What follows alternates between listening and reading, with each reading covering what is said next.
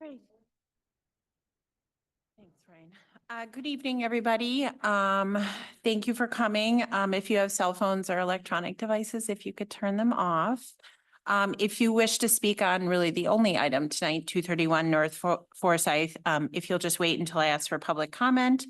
I'm not sure. It looks like there's nobody on Zoom, but if somebody does come on Zoom, we obviously will. Oh, somebody may have just come on Zoom. If you're on Zoom, and once there's time for public comment, you can raise your hand. And you will be given permission to speak. If you do come to the microphone, whether or not you're presenting on the House or whether you want to speak, just make sure the green light on the microphone is on so that the people, it can be recorded and so the rest of the room can hear you. Ryan, if you could go ahead and complete the roll call. Richard McAndrew. Here. Bob Dunlop. Here. Helen Shade. Here. Amy Waldman. Here. Jim Arsenault. Here. David Gibson. Here. All right, the first item on our agenda are the minutes. If I could have somebody make a motion.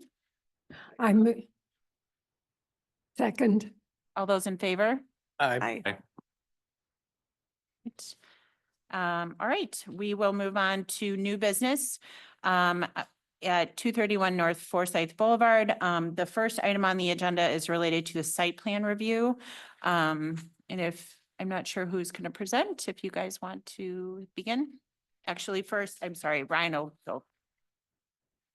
The property is located on the west side of Forsyth between Topton and Brighton. Property is zoned R2 and is located in the Clayton Gardens Urban Design District. Property is developed with a one-story single-family home. And the applicant is seeking to demolish the existing structure and construct a two-story single-family home.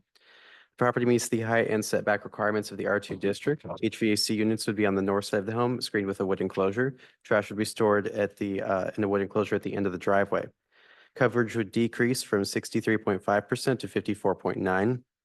There are presently two water drainage areas, with some water draining to the north and some to the south.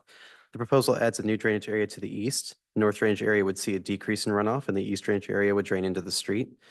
In a 15-year, 20-minute storm event, the stormwater calculations estimate an existing runoff of 0.26 cubic feet per second of water on the south drainage area. The proposal would see an increase to 0.28. To mitigate this runoff, the applicant is proposing a rain garden at the rear of the driveway.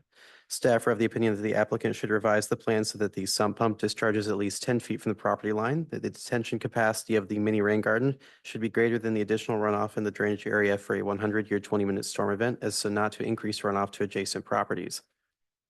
There is no existing canopy coverage on site. The plan proposes adding 3,750 square feet of canopy coverage, which is 11 more than required. 100% of plantings are proposed to be native. Staff recommend approval with the following conditions to be reviewed by staff prior to issuance of a construction permit. That the plan shall be revised such that stormwater runoff to the adjacent property does not increase, and that the proposed sump pump daylights at least 10 feet from a property line.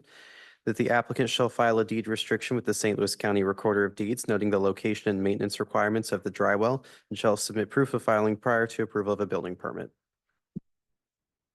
Thank you, Ryan.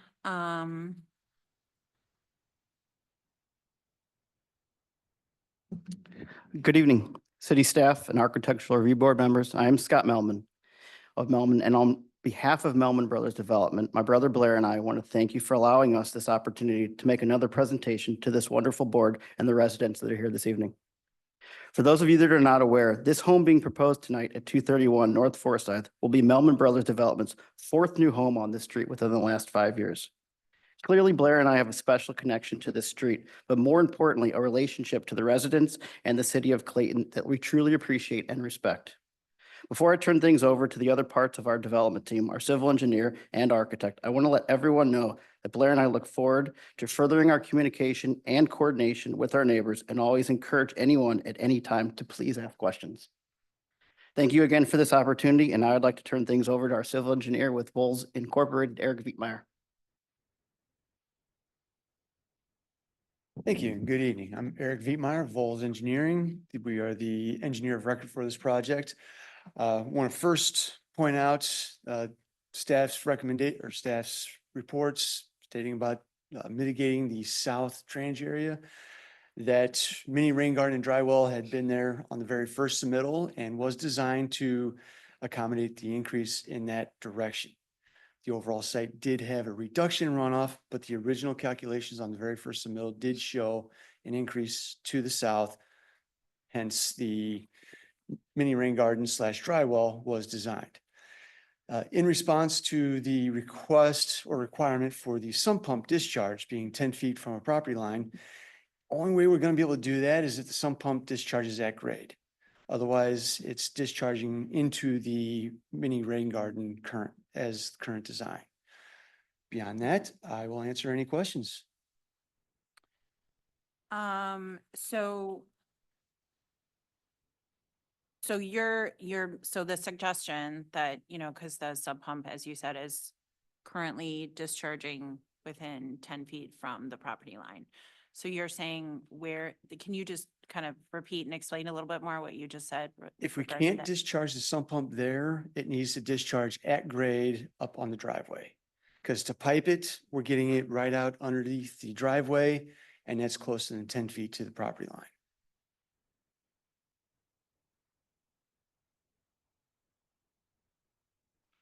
Brian, are you able to zoom in back? Yeah, in that back corner there. So the pipe is coming into the mini rain garden. It's probably not as, you can see a 4-inch PVC goes right into the mini rain garden. If we did not have that pipe, it would have to come out on grade further up the driveway. Okay.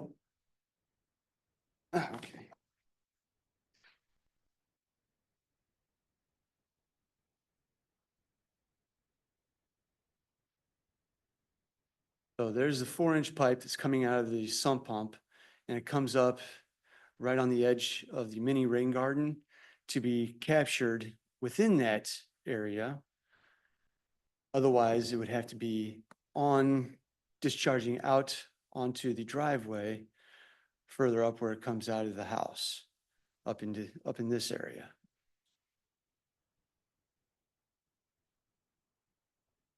Yeah.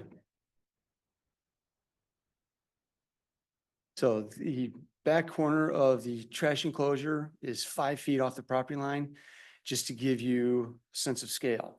10 feet is going to be at the front of the trash enclosure. We have more driveway behind, so we're not able to daylight the pipe before 10 feet unless we are discharging directly into the rain garden. Yeah, we're at 5 feet. We're actually less than 5 feet. We're right on the edge of the rain garden. Right. So how far is it discharging from? It's approximately about 3 feet from the property line. Yeah. Like I said, the options are discharging into the rain garden or discharging at grade. In your opinion, which works better? I think discharging into the rain garden works better, creates less of a nuisance for the future homeowner. What about the future homeowners, neighbors? As long as the rain garden is functioning, it's going to capture everything. One of the hardest things to do, one of the hardest volumes to calculate is the water coming out of a sump pump. There are way too many variables. Even soils engineers are reluctant to give those kind of numbers. It could be a trickle, could be a garden hose. We've had phone calls of people saying their sump pumps run all the time. Right. We give them a solution on how to fix that. You unplug your sump pump, watch it, make sure where the water stops, adjust your on flow to that point. Had some people reach back to us after they put in this solution, and then their sump pump never runs. I just speak for myself, but I'm very uncomfortable with a sub pump discharging 3 feet from the property line, given the grade too here. We're not talking about a property too that's like downhill. We're talking about a property Right. that's high up on a hill. So I can easily take that pipe out and just let the sump pump discharge at grade on the side of the house. There's no other place to go with it. Can you describe what a rain garden is? It's a depression in the ground. And this particular detail on, on one of the detail sheets, it shows the depression, MSD compost minute soil on top, and then clean rock for any other traditional dry well is underneath that. Can you expand the mini garden? Put in another dry well or something to make sure, like an insurance policy? We could add more rock underneath it, yes. That's Bit more- actually, that's an easy one. Is that more effective then? Gives you more capacity, yes. Definitely adds capacity. And I only say that because Clayton Garden has had a history of water runoff issues. Right, right. We've got, I mean, there are homes that on Topton that have literally a stream coming down constantly. So I just don't want to approve a house with a situation where we've got potentially a significant amount of discharge 3 feet from a neighbor's property line. Fully understand. Like I said, we can discharge it at grade as well as make the rock section of the dry well deeper. Pulls that discharge point away from the property line, yet still adds more capacity depending on what the discharge of that sump pump could be. The two very easy fixes. But I'm just, so if it discharges at the property line, I mean, is it weird, so that if it runs down the driveway, where does it go then? Running down the driveway goes into that rain garden / dry well. But We've will done this will the situation. future homeowners, I mean, deal with a constantly icy driveway? I mean, I don't, Oh, it's gonna be no different than any other driveway. We've had this similar situation on a few other houses along North Forsyth where the turnaround is close enough to the property line that this board has asked for this solution just off the edge of the driveway to help mitigate that flow going on to the neighbors, even when there was a reduction going to the neighbor. This helps arrest some of that velocity because we now have the pavement so much closer to the property line. yeah, I mean, I just don't, I mean, if I was living in that house, I don't, again, just because I'm constantly talking to residents on Topton who are dealing with a very icy street. So I'm just not sure if you want water in the winter discharging constantly to make an icy driveway. I mean, I'm surprised there's not another solution, I guess, available to. Yeah, I mean, another solution could be to have the sump pump discharge out in the front yard and have it go out to Topton Way. That's really is the only other Well, not solution. Topton, Forsyth. Yeah, up to Forsyth. Forsyth, Yeah, sorry. That's Yeah, okay. yes. Scott, will you come, I mean, just because I think there's somebody online, so. I don't want to speak for you, but if we were to discharge it at the front property line, being 10 feet off the property line, potentially with the grade sloping slightly towards Forsyth, who Mhm. knows what the actual grade is, it could potentially then go onto the public sidewalk and make that a nuisance in the wintertime. And I don't have a I'm not an preference. engineer. You're right, I'm I agree. also not an architect. I'm not a developer. My concern is the people that live on either side of this Right. home, and quite frankly, the people that will potentially live in this house someday. Right. So Well, finding the best solution, that's what I'm looking for. right. So. And given that it is extremely difficult to calculate the volume of water coming out of a sump pump, maybe instead of going, Given a day like today, I can't even imagine how much is coming out of people's sub. Yeah. So, maybe have the sump pump discharge over in this area will be 10 feet or more away from the property line. So we have that distance where water can soak in. Obviously days like today, nothing's soaking in at this point anymore, but it gives us that 10-foot buffer. We're no longer having that sump pump discharge going into the rain garden. The rain garden will just be taking care of what it was intended to take care of. And then the 10 foot of distance or greater will give sump pump discharge time to soak in if and when the sump pump is running. does anybody else have any comments? I just had a quick question. I know like when we're dealing with larger properties, they have things that like, it's like a catch basin under the ground that slowly releases water back out. Is that something That's that, the dry well. It's just not it's not what you typically see from me, a big standpipe dry well. This is more of an old school dry well because it has a mini rain garden on top of it. But like the basin style, like then you would be able to like enlarge that underground accordingly or? The basin style that I typically use, you add capacity by adding rock. So if we're adding rock to this one, it's getting you the same thing that I think you're angling towards. Yeah. I think what you're describing is more of like a detention basin, but like, Thank you. Oh, okay. Yes, thank you. A mini garden. where I think you're talking more of like an institutional solution for a larger property, where this is more of a smaller scale residential solution that both kind of achieve the same thing, but there's two different capacities. And I think what you're saying is there are different way to engineer this to up that capacity.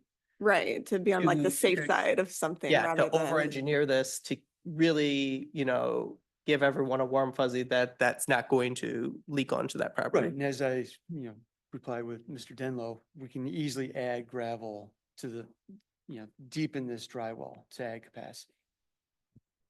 Yeah, so I guess at that point, it's, if we're adding rock, how much rock and what does that do to the calculations and what does that change to the flow to the neighboring properties? Doesn't change the flow actually at all. What it does is it gives you more capacity for the next rain event. So I'm wondering if we move the pipe to the other side of the property, so it's still 10 feet back and then you move your rain garden over. Is that gonna be better for all? You're not moving the rain garden over, are you? My suggestion was to relocate the discharge for the downspout for the sump pump over into that Right. northern part of the yard. Then could you shift the rain garden over to catch that as well, all the stuff? I can lengthen it. I don't want to move it because we still. Oh, that's all the there- driveway Yeah, stuff? 'cause that's Okay. catching what's coming off the driveway. Right, so maybe lengthen it to also catch that runoff now that it's 10 feet back on further on the other side of the property. That's very doable. It sounds to me, if you extend the mini garden, deepen it with rock and shift over the sump pump, would you be willing to live next door? No, I know. I'm just, Yeah. Would you feel more secure? I would, yes.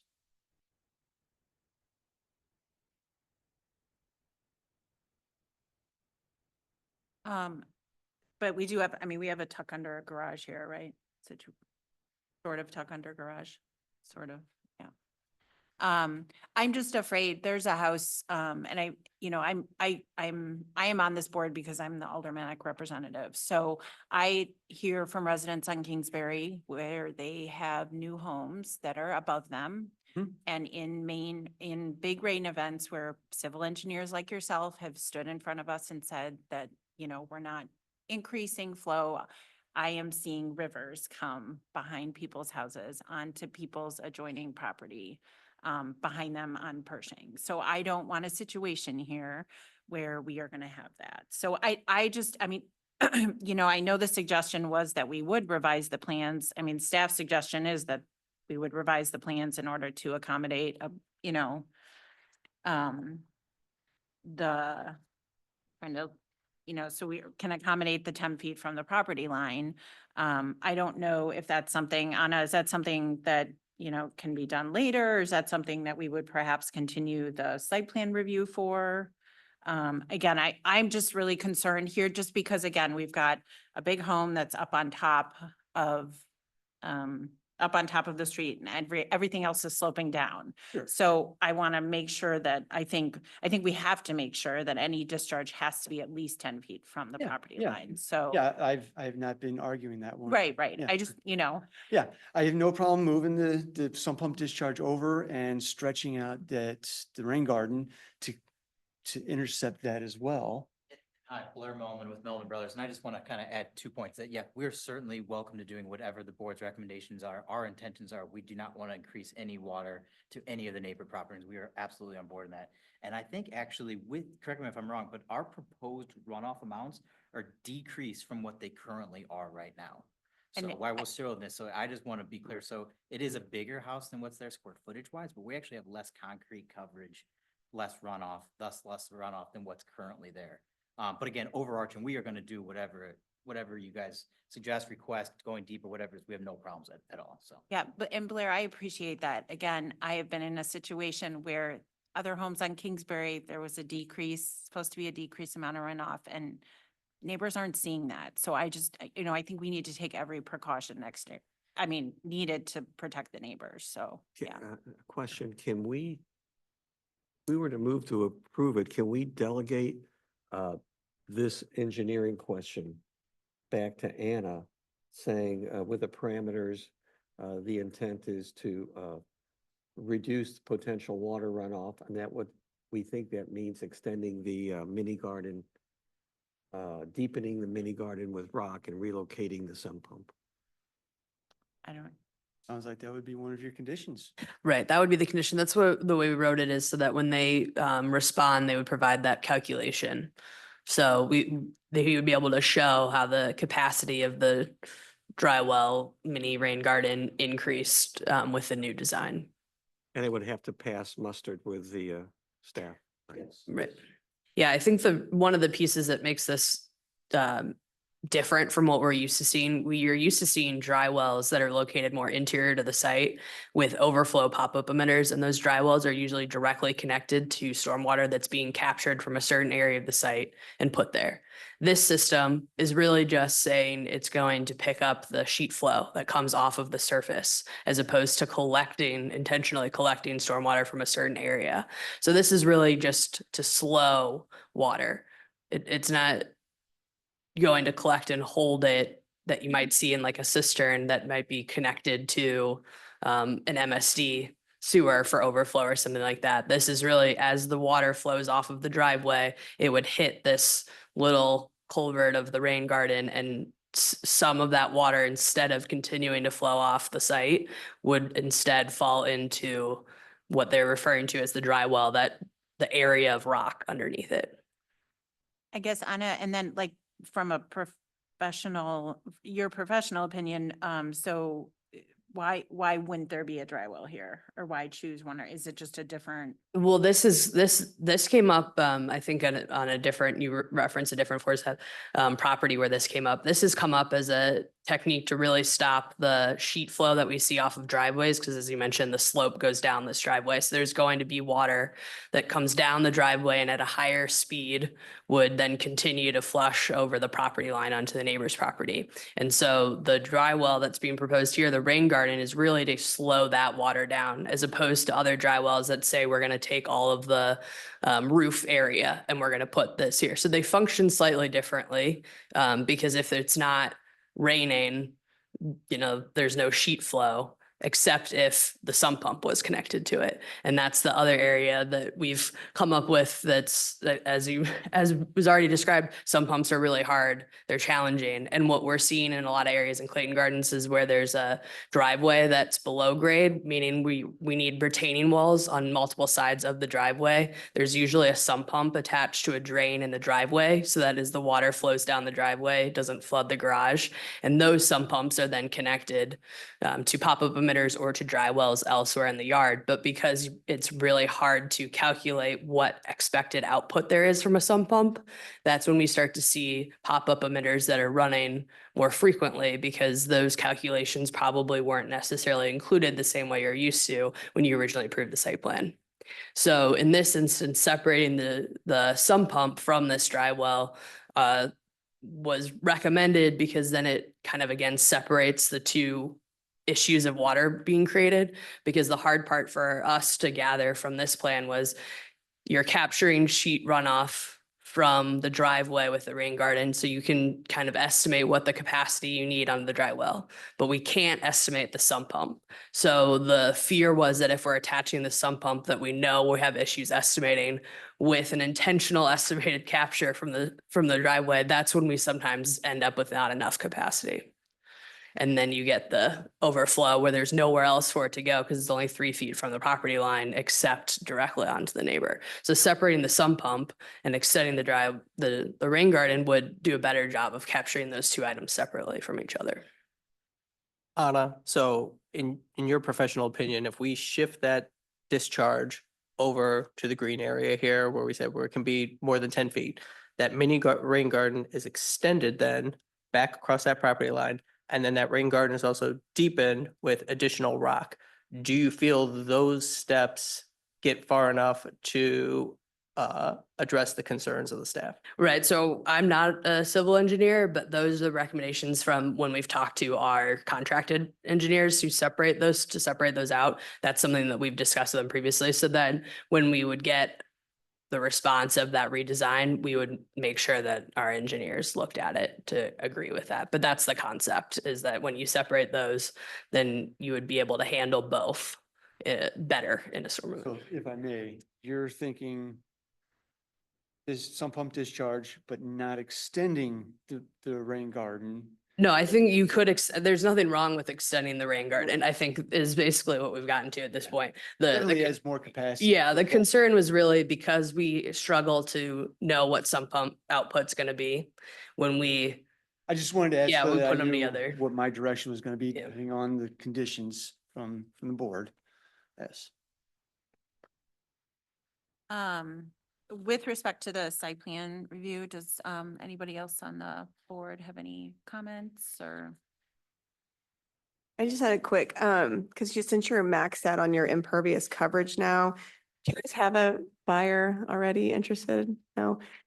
I just think it's important because we've had developers come through where they've maxed it out and then that leaves no room for the homeowner to extend the deck, to extend the patio. I'm just making sure that these are all good sizes. You know, for the deck, I mean, I think it was 12 foot by some, I don't remember. Is that sufficient? I know you, because you've maxed it out, so like they can't add anything anywhere. We do not have a buyer today, but we are aware of what our coverage is currently, and, you know, we'll build within our parameters for certain. Yeah, I'm just thinking for as the future homeowners for them to know, like, there's just no way. I mean, is the deck design, is that a sufficient amount of space to put chairs and, you know, the patio at the, you know, coming out of the basement, like that can't get extended at all. Yeah, I mean, coming from the experience that we have with our architect and my brother and I, the experience that we have living or working in the city of Clayton, you know, the buyer pool that is out there, this is plenty of sufficient space. We're comfortable with that. Okay. Yes, I do have a question. Excuse me. What is the difference in the grade as you go down the driveway, the new driveway, to the adjacent side and backyards? To the left or to the south, the property line is about 6 inches plus or minus above the driveway. So it was enough that we didn't need a retaining wall. It's would be Okay. the green strip right down through there, same as between the driveway and the house. And then once we're into the backyard, it's say level-ish backyard. Okay, What about on the other side? Because you have a retaining wall there. You have a retaining wall on the other side to help for the stairs coming down from the deck. So To, what's up- the height difference? That is only, it's less than 2 feet tall. okay. David? Just so staff sort of knows what to expect. If you were to deepen that dry well, it looks like you've got 2.58 feet in your detail there. Do you have any idea what kind of depth we might be looking at? Are you talking about doubling it, or can you talk about adding gravel to make it deeper to build Yeah, capacity? we can add another foot, we can add another 2 feet. Yeah, I mean, if you have a percentage of added capacity, you know, I can work towards that. Otherwise, I Yeah. was thinking just adding, you know, another. I don't know that any of another us foot would and a know. half, That's 2 why feet. I Yeah. Yeah, I mean, adding 2 feet of rock gives a significant additional capacity.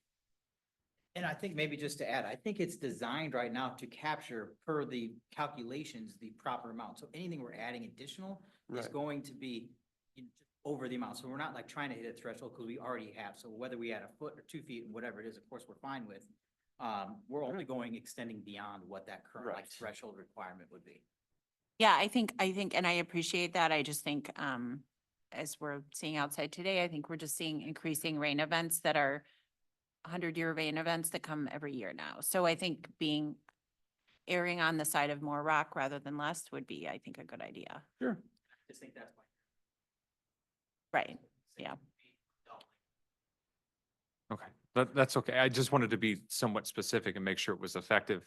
That way, you know, right, not that you And would, but also you come back lengthening- with an additional 5 inches of rock and Right. then we're in this situation where it's deeper, but it's probably not. And also lengthening it to get into that green Right. section is also going to, almost double the capacity without going any deeper either. So Okay, going so- deeper and longer, we're gonna get to 3 or 4 times the capacity of what it currently is designed for.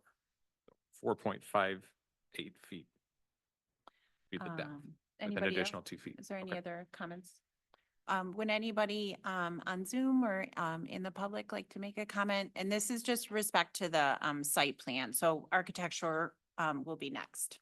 But if you'd like to come up, you can come up to the microphone and state your name and address and just make sure the green light's on. Yes, my name's Bruce Bryan. I live at 228 Topton Way. And I just had a question. You mentioned that you're at the limit for impervious coverage.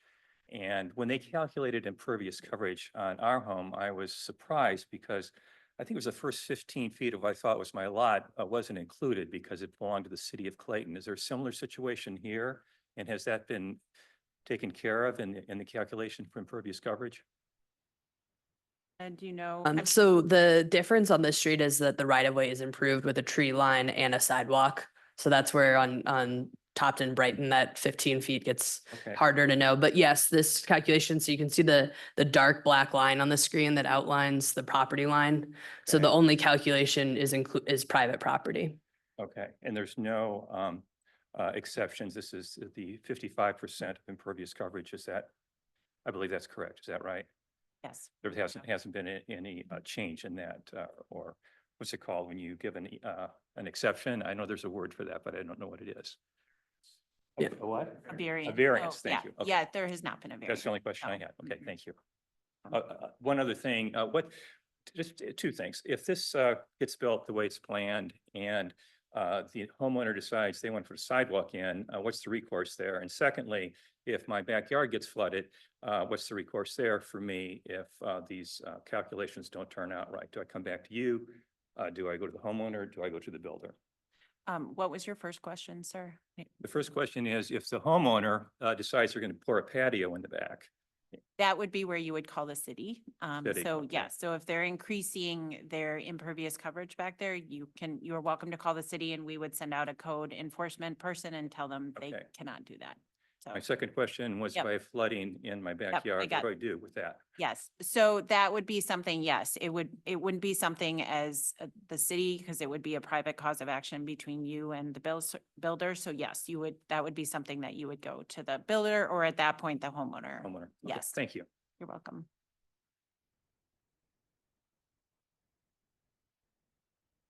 I'm Alex Silversmith. I'm at 221 Forsyth, which is the building to the south. So I'd like to think of Clayton as a little bit of a one-stoplight town in the middle of a bigger city. So I think I know a number of you. Kami, my wife, is very good friends with Lynn Waldman. Jim, I think we went to WashU around the same time together. I really appreciate hearing a lot of the concerns. I know I've seen gentlemen driving around the neighborhood, building very beautiful homes. So I think the question is just, how do we build this in a slightly different way to avoid some of the flooding concerns? Really appreciate what you brought up tonight. I think I'll sum it up and then maybe illustrate a little bit with the pointer. And forgive me for bringing to my phone for some notes, but I think the request is to have, make sure water is discharged to the street. And then also make sure that a stormwater, the city contractor engineer can review any update and make sure that the discharge to the south is not higher, because currently it is higher. And I'll just point for folks who don't know. So this is my porch right here. And even though you can see the deck, this is where the rain garden folks are talking about. This is my deck. My driveway is about 5 feet under that grade. So even though the grade at line is the same, it'll all just come down. And that, as folks know, on a night like tonight, I mean, we would get a lot of water. I'd say we get just enough not to have issues at the house, but I think any more water would be too much. So any sort of additional water flow, we would just want to make sure there's both not additional discharge that'll go effectively right into the house. And then also that when all that water is coming out, it's getting dumped out another way. So those are my two kind of big ticket requests on the site plan. And that's all I've got. Are we going to talk about the house after? Yes, that'll come next. Thank you so much for your. Yep. Eric, can you talk, can you, if you wouldn't mind addressing some of those Yes, concerns? your question about water flowing over towards your property, we're actually lowering grade on our side of the property line. So we're taking water away from you. It's being redirected into the rain garden / dry well, which, as we've been discussing, is going to have an increased capacity. So we're taking water that was going towards you now away from you. So you should be having an improved condition.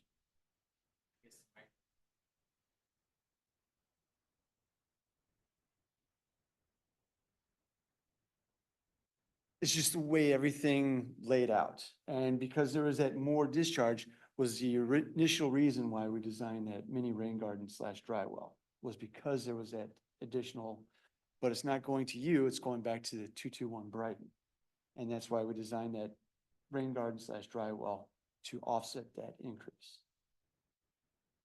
So, Alex, do you mind just coming up? Sorry, it's just because then. so the question is, how do we, when I just see I just boil it down to a single number because I'm Yeah. a simple guy.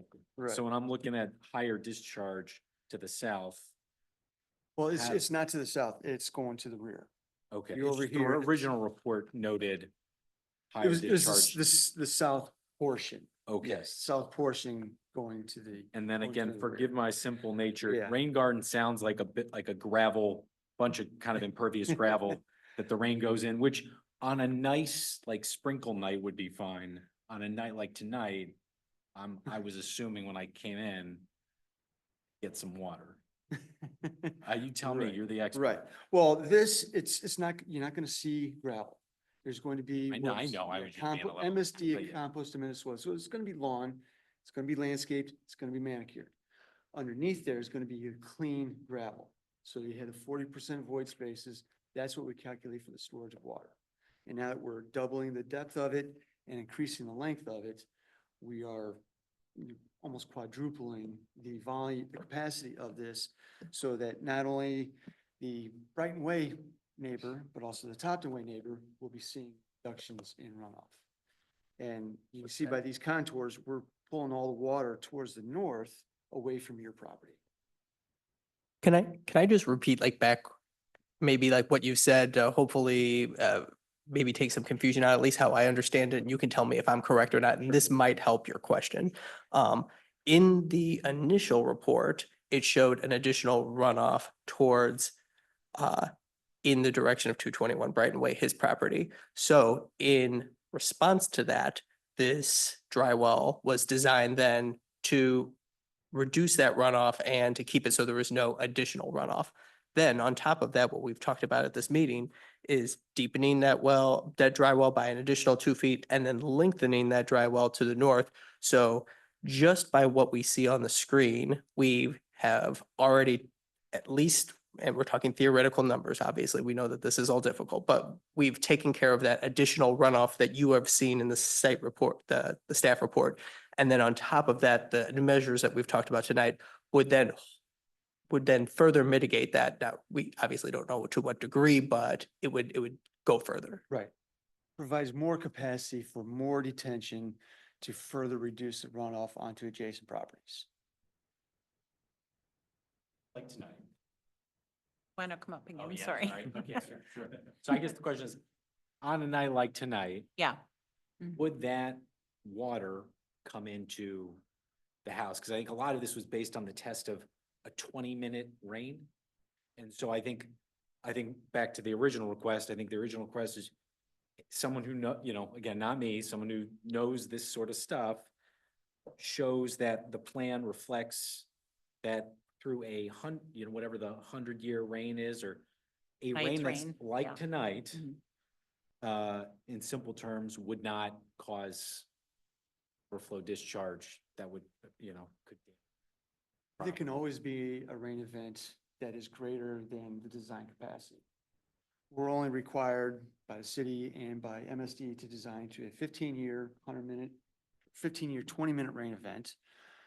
Most times on a house, on custom homes, I design to the 100-year storm. And that's, I think, what we're asking. Right, and adding, I would have to run all the numbers to know what kind of rain event this increased dry well / rain garden would provide.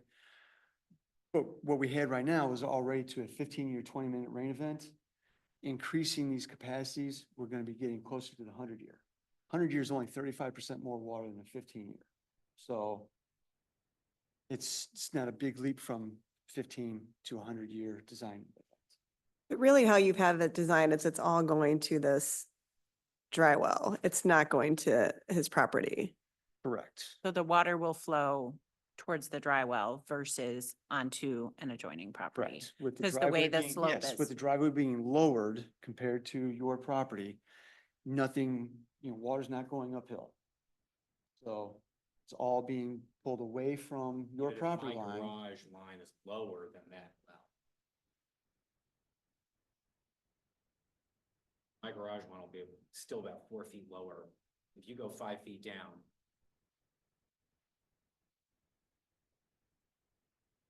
I Okay. mean, again, you're the engineer, the water flows down. Right. It's just going through the gravel. I think that's where having, and like, I think Eureka, City of St. Louis, I mean, I think most of them do require the 100-year, I guess, I don't. That's where just being consistent. Right. And then if somebody just runs it and says, hey, look, based on this.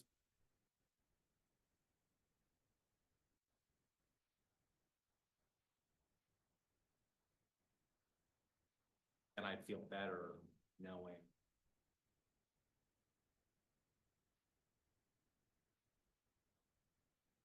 Won't the grading on the new driveway, it being lower, it will prevent anything from running to your side? So I think if you look at the plans in the next discussion, the front elevation is being increased. So it's Right. substantially already effectively run off to my property. Well, But, with the grades that we have, water cannot go towards your property because we're low. Yeah.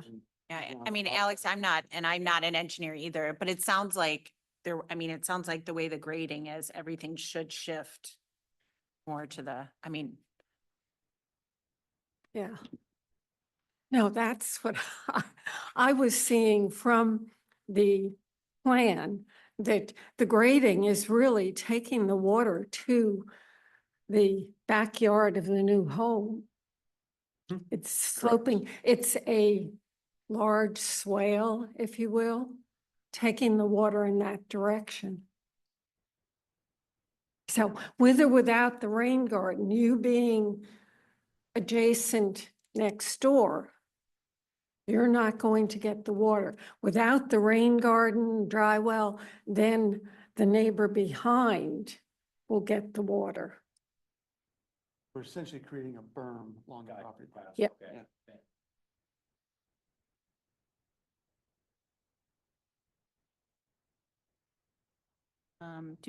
are there any more comments? It looks like the gentleman online, if you would like to make a comment, or woman online, you can raise your hand.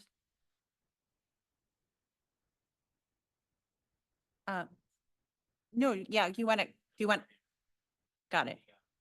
Do you want to come up? Sorry. Yes. I think the plan, the last part, this is a small one, is just, I think it involves sawing through some concrete right here. And I was just hoping maybe, right, our old neighbors, that basically abuts my house. So this little block here. I think the plan is it would just get sawed through.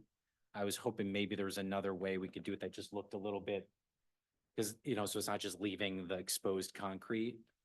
I don't know if there's a way to do that that doesn't increase cost too much, but just so it, again, not an expert, but that was my. I'm having a hard time visualizing that. Visualizing, Anna, would that be something that would, So it's on, If you want to go the demo sheet. If you have Google Maps, I can zoom in. Yeah, and I can attest, and we can certainly speak outside of this, but yeah, we would certainly welcome coordinating and working with how we can make that cut, because his pad kind of abuts directly to the existing driveway, and Okay. which is where the new driveway will go. So there's obviously going to have to be cut once we get rid of that old driveway. But yes, we will and he kind of shows it right there. It's got that concrete pad. Oh, got it. But yes, we would certainly have all intention and welcome those conversations, because we're gonna want it to look good for obviously the new home. Yeah, I mean, it'll look for them too. They'll Yeah, testify. So I exactly. appreciate that. That was the. Sure. one of the- Okay. Absolutely. Okay, thanks. Um. All right, are there any other comments up here from the board? If there are no more comments, do we have a motion? I move that we adopt the staff recommendation regarding the site plan review, including the two conditions. Are you guys familiar with them? Regarding the plan shall be revised such that stormwater runoff to an adjacent property does not increase, and the proposed sump pump shall be at least 10 feet from the property lines, and that will be reviewed by the staff, okay? And the second one is the applicant shall file a deed restriction with the St. Louis County Recorder of Deeds, noting the location and maintenance requirements of the dry well, and shall submit proof of filing prior to approval of a building permit.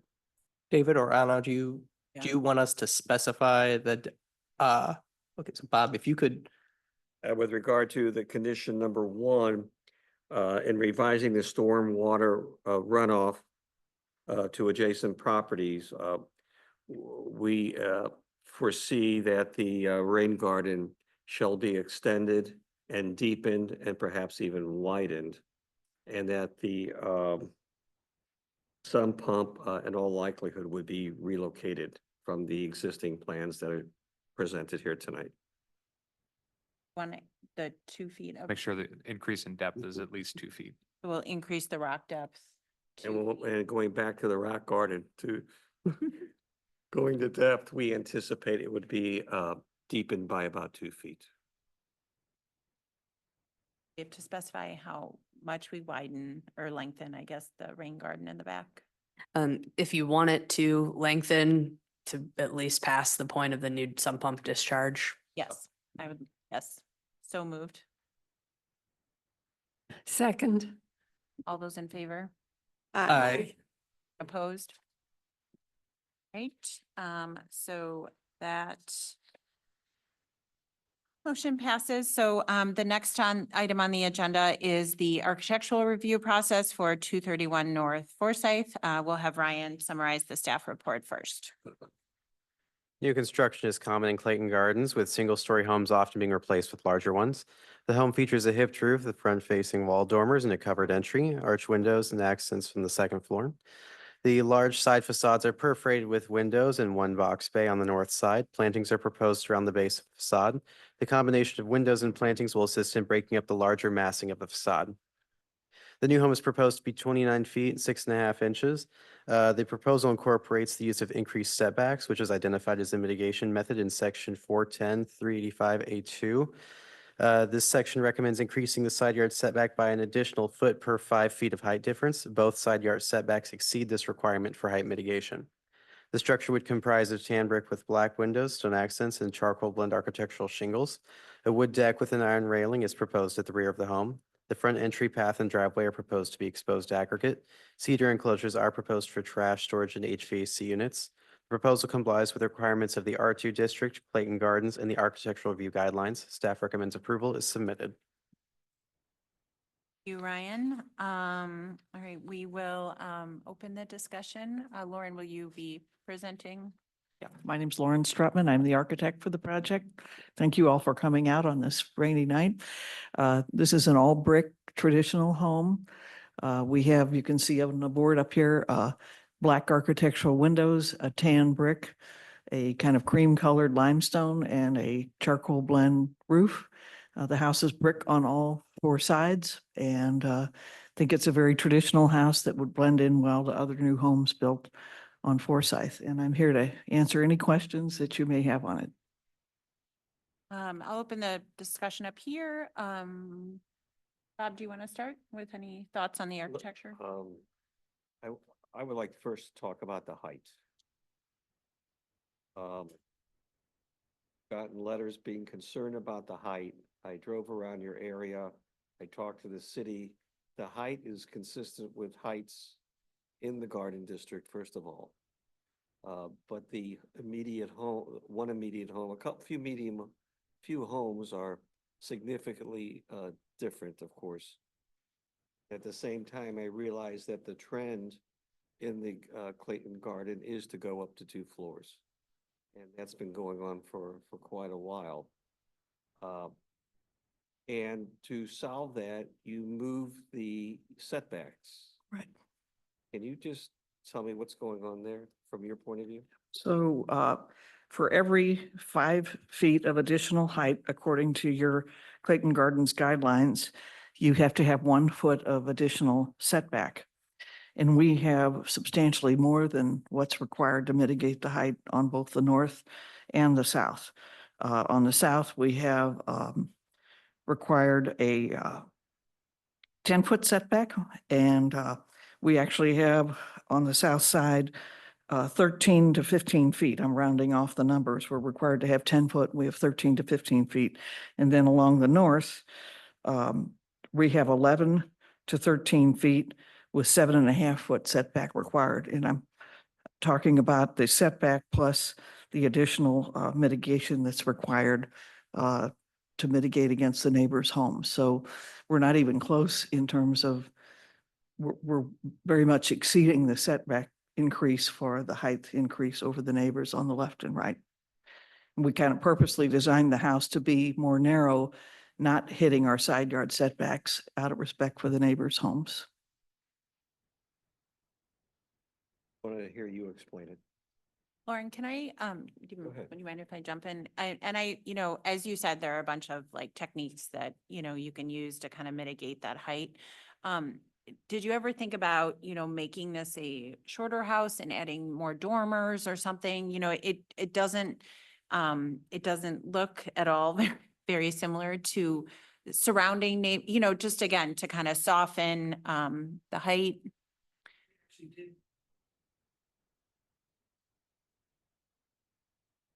Full 2-story on that front elevation. And we did that to mitigate the height. I think the market is for a 2-story home in Clayton Gardens, not a 1.5 story with dormers. And, but we did try to mitigate the height by sloping that front roof down. It's not at a full 9-foot bearing in the front of the house. I just also have a quick question. It looks like your house is set up higher, like, you know, like the basement level below, you can see a lot of that. Is there a way to like set the house down more to help for that height? We can't set the house down anymore and have the proper drainage on the driveway. And we only have a 9-foot basement on this house. It's certainly not a 10-foot or an exaggerated basement height. Actually, Eric, when we work with Eric Vietmeyer, we ask him to set it as low as we can, and he has put it as low as we can. I mean, as I drove around the neighborhood, I saw similar circumstances. You got the 2-story home next to a couple of ranch style homes, and there is a significant height difference. The only thing I would say to that is the trend is already established. And I think our job is just making sure we mitigated the adverse effects to the existing ranch style homes as much as we can. And I think maybe the question here is the setback sufficient? I'm not sure I have that much trouble with it. Don't think it's going to block the sun or something. These are north, south, not east, west circumstances. Any more people want to talk about Helen, do you have? Yeah. the Have you, when I look at it, it is I get a very vertical feeling with the windows. You have the flat head and then two windows above are arched, so your eye kind of goes that way. Have you looked at getting rid of the arched head on the second floor and just keeping that strong horizontal? And then maybe, putting the arch below, on the windows below, so that your eye looks more at the first floor as opposed to being pulled up. The dormers that we're showing are going to create a little vault in each of those bedrooms on the left and right side. And I know our clients, the Melman brothers, wanted something in that vault rather than a blank drywall triangle. And we very specifically with these dormers tried to bring down the height of the house. And I don't know that they'd want to change it to put the arches on the main level instead of the upper level. I appreciate the Yeah, thought. I don't know how it would look. I did not draw it up and go, which two I like, which is better? How should we change it? No, that's up to you. But it just, the dormer effect and the arched window brought my eye up there. It's attractive, but trying to fit in, with the neighbors, and it's not just one neighbor that is one story. There's a number of them. Could you do something like that? Kind of reinforce the horizontal of the roof line. I And think, then yeah, we put put- the interest, at the first floor. Yeah, I've made the porch a horizontal flat roof and we've put a horizontal band all the way around the house. And I just, I don't know. And we've also just seriously exceeded the rules on increased setback for neighbors being, we're not like on the edge of it. We're many feet in excess of what would be required. And I know there's another rule that you can plant some columnar trees along a property line, but it would only be like 2 trees. And that actually is an approved method by Clayton. We thought by putting in a substantially bigger side yard setback in would be the nicest thing to do to the neighbors and not have a new house on Yeah. top of their homes. I think the way you've detailed it with the brick and the stone on all 4 sides, Mhm. that is excellent for the neighbors. That doesn't always happen. We start seeing the secondary material percentages creeping up.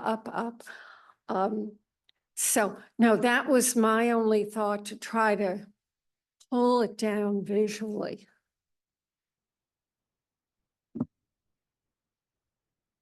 Tammy?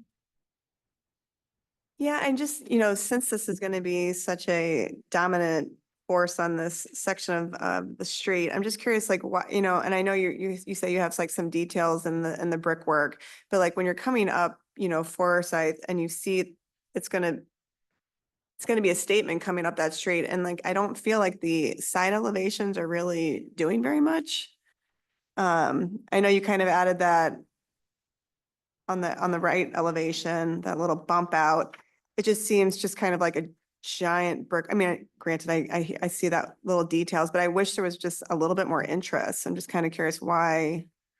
It's just kind of a giant brick box, really. I think we have a remarkably large amount of windows on the side. As you look at the side of the roof line, it's actually 2 roof lines, not 1. Mm-hmm. There's a roof on the front of the house and a roof on the back of the house. It's 2 different roofs to break it up. And There's just no change in the elevation. Is that right? It's just flat though. it's not a flat roof there up there on the side. And it's the same on the left and the right side to break it up. And we're also trying to not obviously have a roof that's too tall to exceed the height. No, I'm just saying like the brickwork, like on your left elevation, that's all one plane. Is that Yes. accurate? As a lot of homes typically are done in Clayton. Right, I just think, you know, with the exposure that these elevations are gonna get just from the size and like the neighboring, you know, homes, how much of a, it just seems like something that's missing from this that could be added. But yeah, that's my thoughts. Yeah, I think overall, like looking at all this, I mean, it's very clear, you guys have followed the letter of the law. I think kind of, I guess what the discussion is gonna be is, does it follow the spirit of the Clayton Gardens overlay district? And if you read through that overlay, I mean, one of the very first things it says in that overlay is avoid tall blocky building forms. And I think it's really hard to argue, looking at this, that this isn't a tall blocky building form. But I mean, as far as the Clayton Gardens overlay has a maximum height of 30 feet. I believe you're at 29 foot 9 and 9/16. So I mean, we're good by like 2 inches there. It also says in the Clayton Gardens overlay, I mean, this is something I'm curious, this is brick color shall be compatible with that found in other homes in the block. I don't know if that's something you could speak to. It's something I have found interesting. I think since I've been a member of this board, I haven't seen anyone propose a red brick house. It's always tan brick. So I don't know if there's a development reason that tan brick sells better, or a reason that you'd expressly want to avoid red brick or something. I look at, as far as with this overlay district, you know, the spirit of that is when new homes are being built, those new homes won't visually dominate the homes that are already there. So I look at this, I see what is a very tall, fairly blocky form. Then I feel that's accentuated further by a brick that's lighter than the homes around it. So there it stands out more. And this overlay gives basically 5 separate ways in which a home can fit in better with the context of the homes around it. This design definitely takes one of those into account as far as reducing the setbacks. But I almost wonder if the house went out more, but more stepping down was taken in or something like that, that variation would remove maybe some of that blockiness and help it fit in the context of the neighborhood a little bit better. I don't know, I just threw a lot at you, so that's a lot to speak to, but I don't know what thoughts you have on that. I mean, I feel like there've been an awful lot of new homes built on Forsyth, a ton of them. And I've in fact designed quite a few of them. And the one prevailing thing you see in Forsyth, which is, I think, kind of wonderful, is all the homes are very different styles. There's not like one look that everything has. Everything has a variety. And I've done a lot of homes in Clayton, and I feel like this will really blend well. And we tried very hard to be sensitive to the neighbors on the left and right by not jumping our building over to be at the minimum. We have substantially greater setbacks and landscaping on both sides. There's obviously a much bigger area to put landscaping in if we had been at the setbacks. And I've lowered the second floor to be the roof kind of as low as you could do it and have a second floor. And I feel like we have a good design here. Most of the homes you see do have straight sides. They don't go in and out. And we put a lot of windows in and 2 different roof lines to break that up. So I think Blair and Scott and I have worked hard to come up with something that fits in the neighborhood. And I will say that this is a dark tan brick, not a light tan brick. It's not one of those white houses that really stands out. And I feel like it would look fine on the street. Specifically with like stepping down on the sides, is that something that was considered at all? Or is that something you looked at or something you could possibly consider in the design that, you know, might not take it kind of from this one straight plane, but maybe bring it down a little bit on the sides in any way? We have just a typical second floor with 4 bedrooms. There aren't any other extra spaces. And if we were to somehow reduce the second floor, it would be difficult structurally to build and also probably make it less than a 4-bedroom home. And or we could add 1-story pieces to the side, but if we added 1-story pieces, we're creating more impervious coverage on the lot. by going straight up and down, we're kind of minimizing the coverage on the lot. So no, we haven't given consideration to make a 3-bedroom second floor or something like that and reduce it. You know, in the picture that you're showing us, the roof line is a lot higher than in the picture here. And the Yeah. picture on the screen Yeah. looks much more attractive. And actually, I will say, the people that do, we used to have a different person do our renderings and he just retired about 2 weeks ago.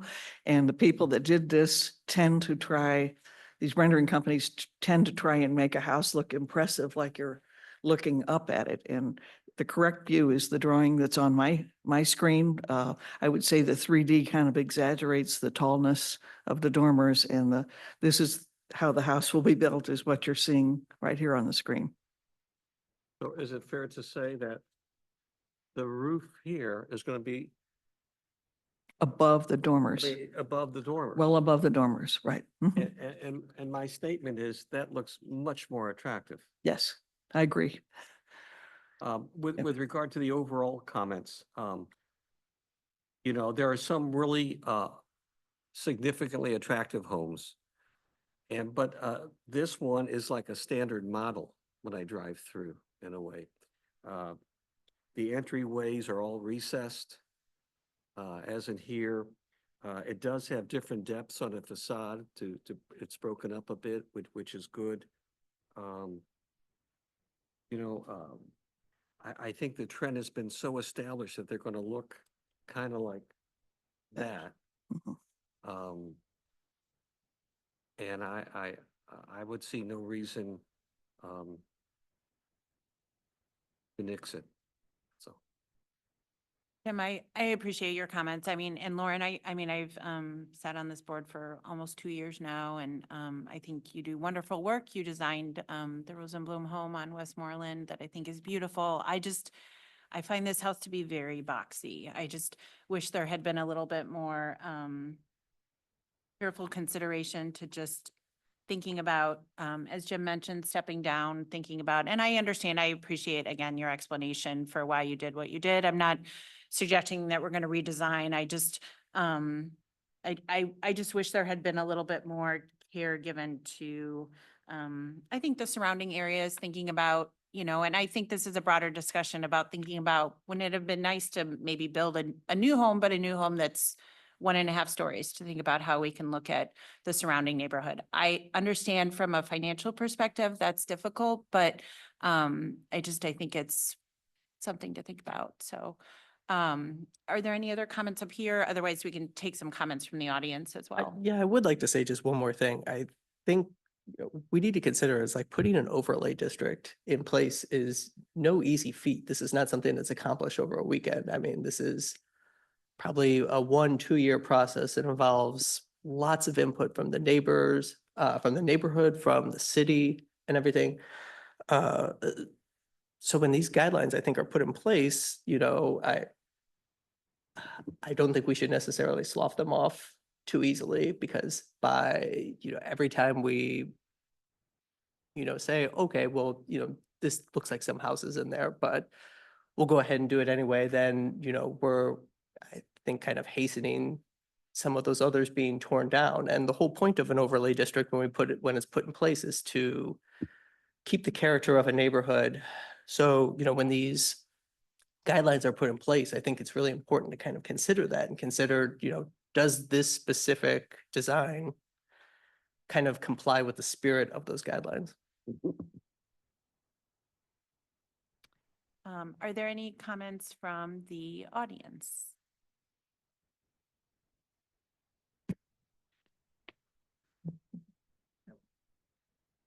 Did our house, so we know. Oh, that's. I got in on this late. My name is Bruce Bryan. I'm at 228 Topton. And when the sign went up that house was going to be built, I came right to City Hall and said, I'd like to see the zoning rules, because I was subjected to those when we did our house. And a very nice man told me that he would send them to me, and I got them online. And he said I would be notified before the meeting if I lived within 200 feet. Well, I got notified on Thursday by mail.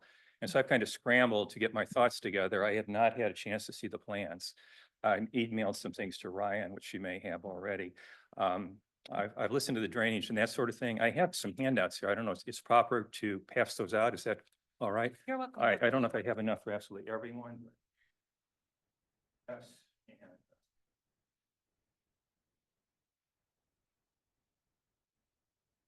Is that what you already gave the city? Excuse me? You already gave these to the city, Some right? of this is new because I had to scramble. Okay. I put some stuff. Because the yeah. city emailed us. Yeah, I Yeah. emailed some, but this is. Beautiful thought, but I think.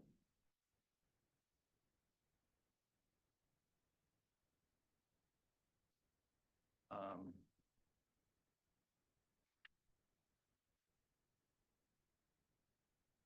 Well, first of all, I want to comment on the drawings I see here that really, it's far worse than I even thought for me. I'm a 228 and the slope goes straight down. And right now, what is the first floor looks right over my fence. If you look at the photographs in the back, you can see that it's under Exhibit 2. That's the existing house. And now I've learned that this whole thing is going to be built up on a berm. So the roof line that I drew in there's going to be even higher. And the other thing that I didn't know about is there's a deck out the back toward my house. And when we built our house, we have a deck on the back with a garage underneath. And I thought I would qualify that I could, just use that, get into the setback. But they said, no, you can't put the deck with the garage underneath it. That has to be 30 feet from the back. So I had to redesign the house to push the the garage under the house. So now it looks like we really don't have a 30 feet setback. We got less than that because there's a deck sitting there. So those are two things I didn't know about. One of the questions I had, and you were emailed this, is how the maximum height was calculated. And I was wondering, I guess you've read that, if someone looked at the average grade or if this is the street grade when we're calculating the height, because if you look at the grade of this lot, I sent you a photograph, it goes straight down. And so the actual average grade of this site is much less than street grade. And now we got it raised up even higher. So does anyone know the answer to that question? Has Vols told you what the average grade of the property is, the site? Do you want, sir, Yeah, you can, it's on one of the Scylla sheets, but the definition of height does use the existing average grade before construction to measure off of. Yes, I was wondering if that was observed in this case. yes. It was. I mean, Oh, that's my question. Because as I said, I didn't have any look at the plans. And it seems that this has been raised even higher because of the berm that's created, so you can have a 9-foot basement. So I'll go on, but that's a question I have that needs to be answered, I think, to see if it's even It is. compatible. That's so, as you see on the screen right there, the average existing grade is actually below. So he's pointing to it. So the line with the average existing grade that the height's calculated off of is below the finished floor of the new house. So Okay, so then the height in the front has to start from there, correct? Because it has to be 30 feet from the average grade. Is that, I'm looking at these drawings, I don't think that's true, is it? yes, that's what the drawings show. It's the average existing grade Okay, to the mean slope of the roof.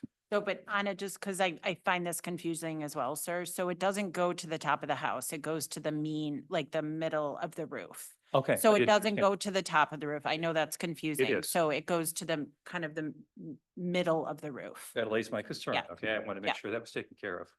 I used to be an engineer in my old Yeah, days. no, Okay, all I right. find that confusing as well. I Okay. understand. I'm gonna then move forward on what I have written here. So if you want to follow along. I believe that the plan submitted for this new home clearly violates zoning restrictions for this portion of Clayton Gardens and should be rejected. Section 41.0385 clearly states that homes west of Forsyth have traditionally been one-story ranch designs with a strong horizontal orientation.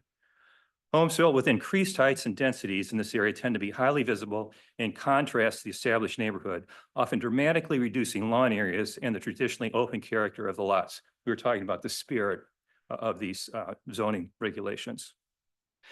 Design should be responsive to the surrounding development, ensuring that they are compatible in terms of mass, scale, and height with existing homes along the block. This requirement clearly prohibits the construction of large incompatible homes, even if setback, height, and impervious coverage requirements are met, which might not be the case here. And I've been reassured that it is. So I think those have been met. The building code is in place to protect residents, not developers that come in from the outside, hoping to maximize profit without regard for current residents. We moved into this area because of the expansive lawn areas, wide open character and ambience of the neighborhood. All residents have made considerable investments in their homes to live here. The area is known as Clayton Gardens, not Clayton McMansions packed with endless behemoths or Clayton Castles because of a palace squeeze on a small lot surrounded by humble homes. Consider the impact on the adjacent one-story ranch at 221 North Forsyth. My neighbor's right behind me. We have a picture back here, Exhibit 1, that gives you some idea what this might look like, and there's also drawings here. If a variance is, if Clayton allows a 30-foot high two-story box to be erected next door, all sense of space and openness present when this house was purchased is lost. The house will be overwhelmed in shadow and in the splendor of the new mansion next door. The only use for the now undesirable shabby house will be as a tear down. My neighbor's home value is reduced to the price of the building lot. The process would then move down the street. Our own home at 228 Topton Way would lose value if a huge incompatible structure overwhelmed my backyard and ruin the spaciousness and privacy we have enjoyed since we moved into Clayton Gardens. You see the picture in the back. As noted above, section 410.385 requires that the design of a new home be compatible in terms of mass, scale, and height with existing homes along the block. The existing home at 231 North Forsyth is a one-story ranch, 1,749 square feet with a two-car garage. Proposed two-story replacement is 5,800 square feet with a four-car garage. That is 3.3 times the square footage.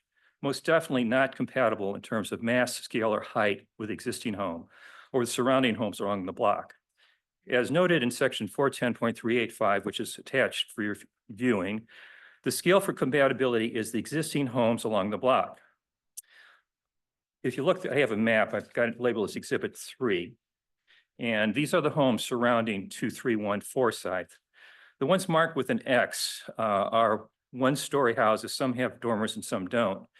And if you stand at the top of our block and look down Brighton Way, all you see are one-story houses. They're all marked with X's. There are two-story houses farther down, but they're out of view because the road turns. Likewise on Topton, mine is the second one down. I have dormers on my house. Again, one-story house, some with dormers. As far as you can see, the houses with the X's are one-story houses. So you can see all the houses surrounding 231 Forsyth on my block are one-story houses. So this is a map of existing homes on the block that we're supposed to compare with and make this compatible with. One-story houses, some with dormers as far as you can see. As the roads go downhill and curves off the left on Brighton and the left on Topton, there are no two-story houses in view on our block. When renovations and additions have been done by residents who live here, the building code has been strictly enforced without exception.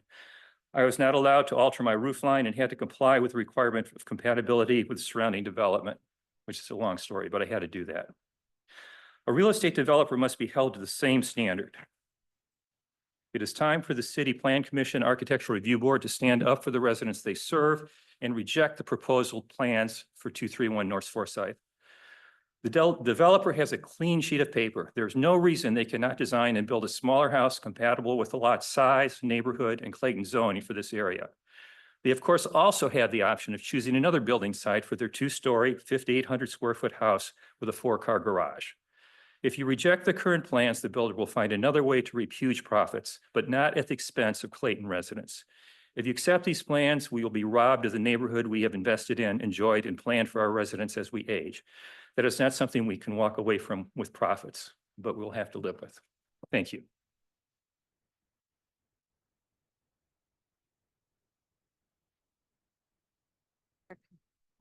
Much less articulate speaker than my neighbor, so I would just, if we pull up that original diagram, the one that shows the front with the neighboring houses. There we go, yes. So I think this really just illustrates in kind of the plane. I mean, again, I think it looks like the finishes look beautiful. You know, the homes you guys build are really beautiful homes. My neighbor's home, very pretty. So clearly design nice homes. I think the question is, I mean, it just looks so much higher than the house to the left, which is my house. And I think, Robert has made a point around this is kind of what's happening in the neighborhood. I would argue, there's a way to do it, but just maybe slightly differently that doesn't accentuate the height as much. And I would also argue it is different if you've got 5 two-story homes, like, you have a lot of streets where you do have two-story homes on Kingsbury, on Topton. So building another new two-story home is not as big of an adjustment. Similarly, I would say even on Kingsbury or on Brighton or on Forsyth, you do have some older ranches in between larger new homes, but majority of those homes are new. So the impact is, I think, less felt. This is, you've got 5 single-story or story and a half homes with 1 in the middle. So it just stands out a little bit more. So again, to me, it's how do we do it slightly modified, but not do it just, when you look at that and I'm thinking of looking out the window, how do you get a little sunlight? So those are my 2 cents. I appreciate your time. Thank you. Does anybody online? Oh, yep. Mr. or Mrs. Anjul? Yes. You can speak.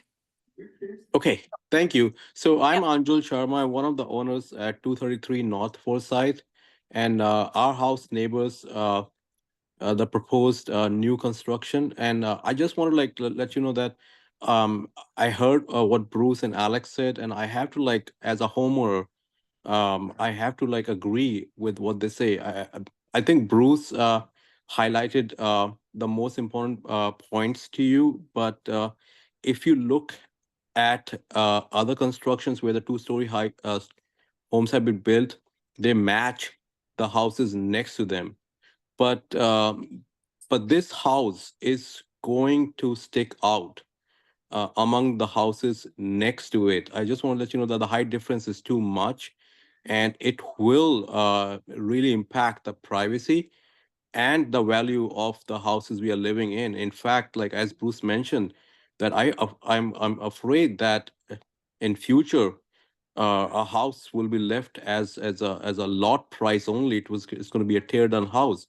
So we moved in for 2 reasons. Of course, 2 important reasons. One is privacy of the house, which of course, with the big house looming next to doors with many windows facing us and the deck facing us, would be seriously hampered.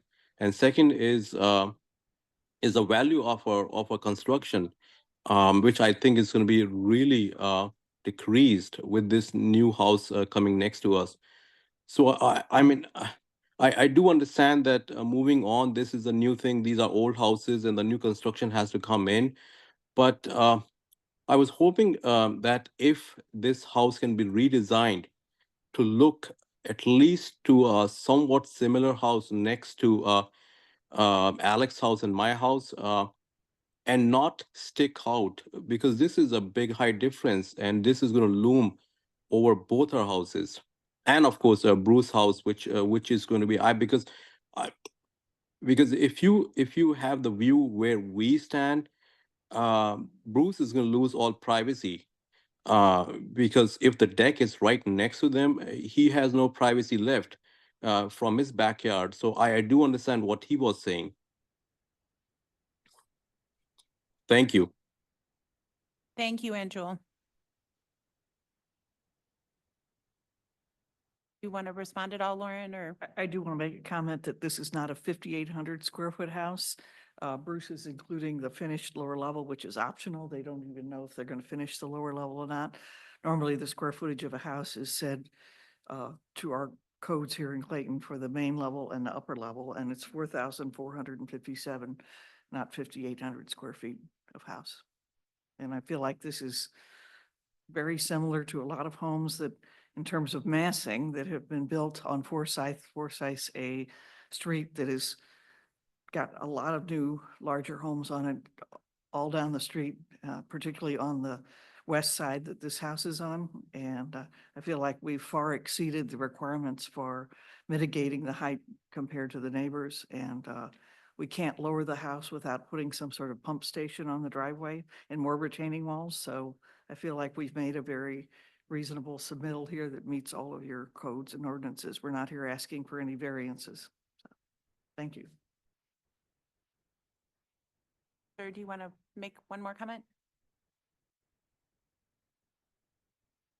I would just like to respond to that. I'm not a real estate person, and clearly, yes, 1,000 feet is in the basement, but I also heard here that the house had to be raised up because we were going to accommodate a 9-foot basement.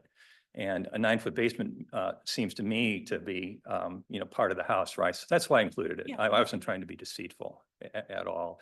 There was also mention of trees, and I don't know what's going to happen with this. Hopefully, this house won't be built and won't be an issue, but if the board decides to go ahead with this and I have, looming over in my backyard, I wish at least there would be a requirement that they put some big hedge in or something to preserve some of what I paid for when I bought my backyard and when I moved in this neighborhood. And I thought I was going to be living in a place that was Clayton Gardens and not, Clayton McMansions, which is this is turning into. The other point I wanted to make that Lauren brought up, yes, there are 2-story houses on Forsyth.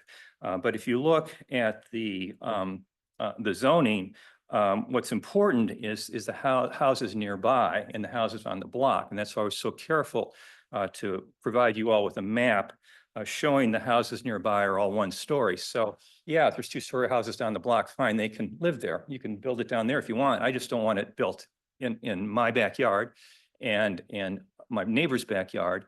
And that's what the Planning Commission has decided, that it shouldn't be built there because it's not compatible. And that's the only point I wanted to make. Thank you.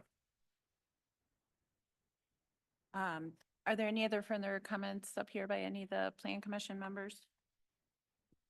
I guess I just, want to point out that, it was a blank space, like the design of this house. And so I do think there could have been a lot more care just with the not making it a box. I just think, the flat sides of the house, with the sensitivity of, the neighboring and now being able to see everything, I just think I wish that would have been something to consider a little bit more. I do want to say one other thing too, just I guess that's also kind of more in your guys' favor in the sense that, these overlay districts are put in place. I think this is a situation where you have 2 houses that are dramatically lower, but I don't think we should be putting ourselves as a board in a position where we're always letting the house that's directly next to it dictate what is being built there. And that's why these overlay districts have height maximums, and that's why they have all of these other attributes. So I don't think it should be held against them that there's 2 relatively low houses next to them. But at the same time, we do have all of these considerations for Clayton Gardens overall, and I think it's just important to look how many of those are being taken into consideration with this design. Do you have any comments at all? No, I mean, I think it echoes what Jim just got at, which is the overlay districts are really put in place to protect neighborhoods. And when the Plan Commission made a recommendation at some point in time to put this in place and the Board of Aldermen ultimately did it, the standards that you see in the code, the hard numbers, those things, those were set up specifically to protect the neighborhood. And so if an application comes in and it meets those standards, I realize there's verbiage in there about character and other things, but those were the numbers that the community at the time and the elected officials at the time thought were appropriate to protect and safeguard the neighborhood. We've got an application here that meets all of that. So personally, I'm comfortable approving it based on that right there, because it would have gone through a public process and had public hearings, and people would have had an opportunity to put an input to protect their neighborhood or protect that character when those standards were put together. And so that's why I struggle a little bit with saying that something that meets all of those requirements for some reason shouldn't move forward. Now, are there things the architect might be able to do to make it more compatible, change brick color, change some features of the home? That certainly could be the case, but the bottom line for me as I look at this, and I kind of go along with the staff recommendation a lot of times, is does it meet the requirements that are in the code? And that code, again, was specifically put together in this case to protect the neighborhoods. This was custom built for this neighborhood in reaction to the city seeing the single family ranches being torn down for two-story development. And it meets the requirements and therefore I'm inclined to approve the application as it is. Anybody else? I wasn't there when we made the Clayton Garden District, but a while back, as we saw the homes being demolished. And I think it was a feeling that instead of doing this on an ad hoc basis, let's get the big picture of how we're going to develop this garden district. I don't think it was the intent that the single-family ranch-style homes were going to be the future of the garden district. That doesn't mean you don't try to protect them or mitigate the harm that comes, but in my career, I have seen this happen so many times where homes ranch styles start coming down, the big ones, the bigger McMansions, whatever you want to call it, are going to be more of the rule, for better or for worse. That is a policy that has been basically adopted. And I think our role is to mitigate where we can, because a lot of people have a ranch style because they want to grow old in them. I get that. I got gray hair. I get that. But as you drive around, this is a pretty common sight you see. And if you go back 15 years, there'd be a lot less McMansions, I'll call them, more ranch, but the progression has been going on every year. So that's a. Yeah, at least my response to that would be, I don't think anyone is expecting if this house gets torn down for another ranch to be put there. It's very clear, that it would be more in a story and a half or two-story. I just keep going back to that, avoid tall blocky building forms. And I don't see there's any way around it, I definitely understand what David's saying is that, there's an art and a science, and he's definitely going by the science of it. And certainly by the science, it meets all those. But I just have a very hard time getting around saying that this isn't a tall blocky building form. Well, and Jim, and I agree with you. I also keep going back to that section. My problem is that it says to avoid tall blocky building forms, new structures and additions, which is what this is, a new structure, shall incorporate a transition in height and scale through one of the following techniques. I mean, I wish it was 3 of the following techniques. And unfortunately, they have increased the side yard setback significantly on both sides to allow for that. So, Alex and Bruce, I mean, quite honestly, Bruce, I wish the house here was a 1.5-story house that looked a lot like yours. You have a lovely home, I understand financially it would be difficult probably for the Melmans to build another ranch.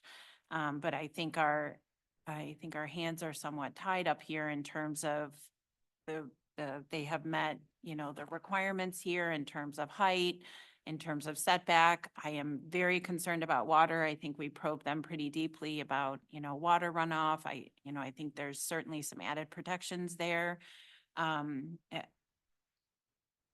So again, I understand your concerns. If I could, I would love to preserve every older home in Clayton Gardens and not have it be torn down. But unfortunately, I can't buy every house in Clayton Gardens. So I just want to express to you that I understand your concern. I wish this house looked different than it did, but we also can't redesign homes. So I just want to say that I do appreciate both of your comments this evening. I absolutely don't agree that this is protecting the neighborhood. I think it's not protecting the neighborhood, but I understand that. I would ask though that I don't have a deck leering over my fence, that the 30-foot setback be observed, and I would ask that we have proper screening with we have some black and brown magnolias across the other part of our house, that be added to mitigate some of this problem that we have with this. This is a big problem that I have to deal with. It looks like, just in terms of the landscape plan, it looks like there's a red bud in the corner and a few American hollies, it looks like. representative from Melvin Brothers, we are fully committed to adding more trees in the back. If, All right. if our neighbor would like us to do so, we'll certainly work with our landscape architect. I mean, see if they're, we get all that. So, your yeah, owners are going to want to be shielded from me as well. Yeah, So we need to get some separation there. absolutely. So we would be committed to, adding some additional trees on that. All right. Okay.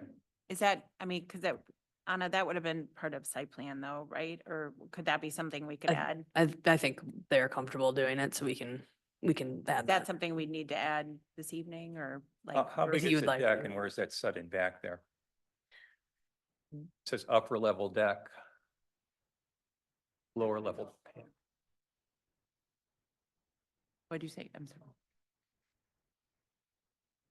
I'm sorry, I just I have. believe it's 12 feet deep. Like towards your house. Oh, I'm sorry, it says upper level deck, so.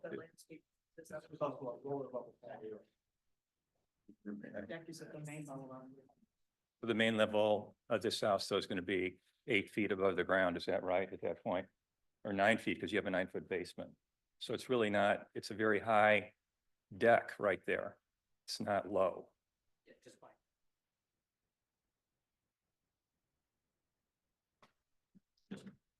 Yeah, so you've raised the whole house up so that you can accommodate the 9-foot basement, so that's even worse than I was thinking.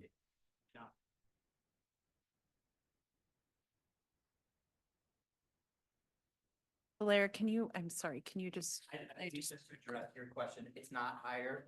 And if that previous slide showed where the average height is starting from, or the Okay. lower level, I know you keep referring to it, it's raised up or it's pulled up and It looked like that it. 30 feet, correct. Yeah. And just understand, yeah, that the 30 foot is still taken from that lower street level or average grade. Okay, So when it's saying it's 30 feet, it's from that lower starting point, not from the Can you starting go point to of the- the first floor. I understand that. Elevation that has the deck. Can we just stay on this point? or the You elevation. have a problem with amending the landscape plan to plant trees in the back of the property?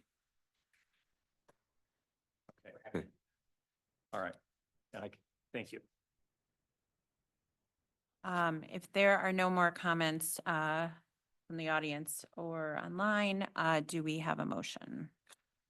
I move that we approve the staff recommendation regarding the architectural review as submitted with the addition of revising the landscape plan to plant trees for screening purposes on the rear of the property. Second.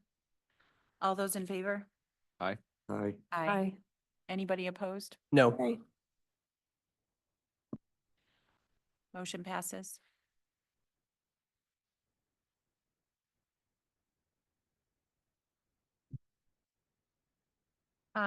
Is there anything else anybody else would like to add this evening?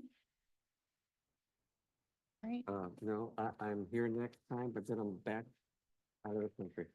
all right, motion to adjourn. Guess we're Motion finished. to adjourn, second. Second. Aye. Aye. You did a great job. Thanks, everybody.